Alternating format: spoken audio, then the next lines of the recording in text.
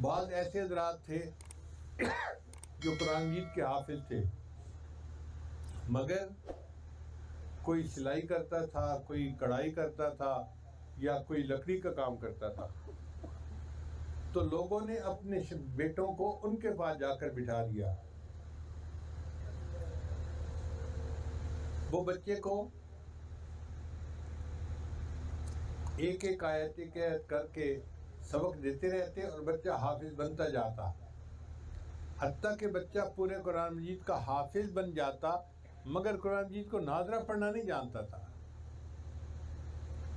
اس کی تصدیق ہمیں اس طرح ہوئی کہ جب بھٹو دور میں اسٹیل مل بنی تو وہ رشیا نے بنائی تھی، تو ہمارے ایک دوست انجینئر تھے، ان کو رشیا بلایا گیا ٹریننگ کے لیے، تو وہ سرکاری مہمان کے طور پہ رشیا گئے۔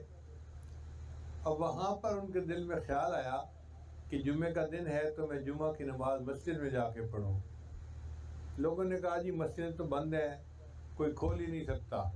البتہ ایک دو مسجدیں ہیں جو ٹورسٹ کو دکھانے کے لیے انہوں نے کھولی ہوئی ہیں، ادھر آپ جا سکتے ہیں۔ وہ کہتے ہیں کہ میں اس مسجد میں گیا اور میں نے اس مسجد میں جا کے تھوڑی صفائی کی اور نماز شروع کی۔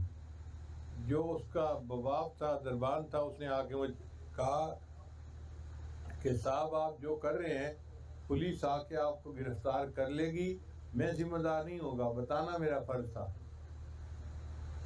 میں نے کہا بھائی دیکھو میں پاکستان میں تھا تو مسلمان تھا، اب یہاں آیا ہوں اب بھی میں مسلمان ہوں، تو میں اپنی عبادت کو کیوں چھوڑوں؟ سرکاری مہمان آیا ہوں، میں ایسے کہیں بغیر ویزے کے نہیں آیا ہوا۔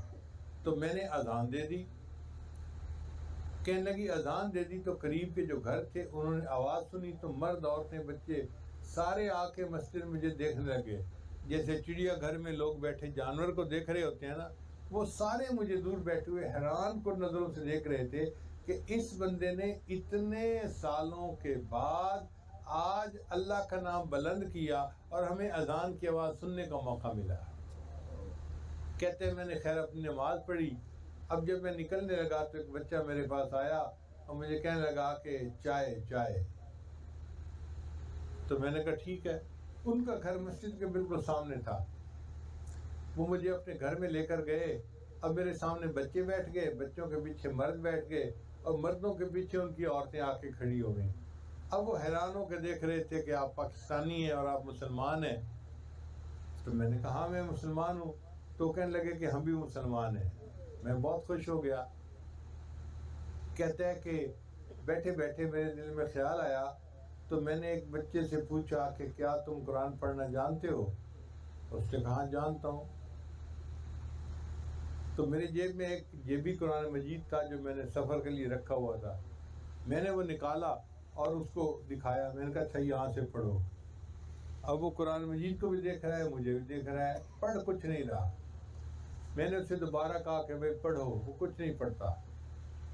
تیسری دفعہ میں نے اسے کہا بھائی پڑھو نا، وَإِن مِّنكُمْ إِلَّا وَارِدُهَا كَانَ عَلَىٰ رَبِّكَ حَتْمًا مَّقْضِيًّا۔